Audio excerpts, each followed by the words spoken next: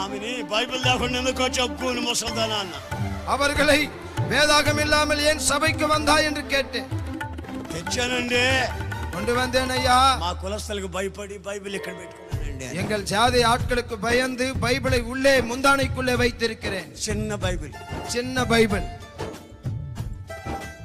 నీకు 80 సంవత్సరాలు వచ్చింది, உனக்கு 80 வயசு ஆகிறது. అరడుగు కూని ఉంది నీకు, அரை உயரம் உனக்கு 6 అంగుళం கூனி కూని இருக்கிறது. 6 அங்குலம் உனக்கு கூனி இருக்கிறது. இப்போ நாளைக்கோ சாக போற நேரம். ఇప్పుడు రేపో చచ్చిపోతున్నా. அவங்க சொந்தக்காரங்களுக்கு பயந்துட்டு பைபிள் ஒளிச்சு வச்சு கொடுத்துக்கு வந்துட்டாங்க. వారి సొంత వారికి భయపడి బైబిల్ను దాక్కుకొని వచ్చి ఉన్నారు. கர்த்தருடைய சமூகத்தில் இருக்கிற ஆசீர்வாதங்களை பெற வேண்டுமானால் எப்படி பெறுவாங்க? దేవుని యొక్క సన్నిధి ఆశీర్వాదములు పొందవలనంటే ఏ విధముగా పొందాలి? அந்த கூனி மேல அந்த கூனில எவ்வளவு சத்தம், எவ்வளவு குத்தி ஜெபம் பண்ணாலும் அந்த கூனி சரி வர மாட்டாంది. ఆ గూని పైన ఎంతగా గుద్ది ప్రార్థించినా గూని పైకి లేదు. ఎందుకు?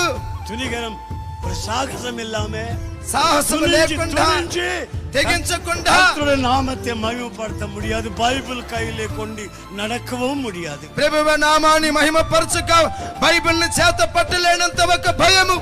நீங்களா தேவனுடைய ஆசீர்வாதத்தை பெற்றுக்கொள்ளும்படி வந்திருக்கீங்க. మీరందరూ దైవ ఆశీర్వాదాన్ని పొందుకునే దానికి వచ్చి ఉన్నారు. நீங்க கிறிஸ்டியனான்னு கேட்டா என்ன சொல்லுவீங்க?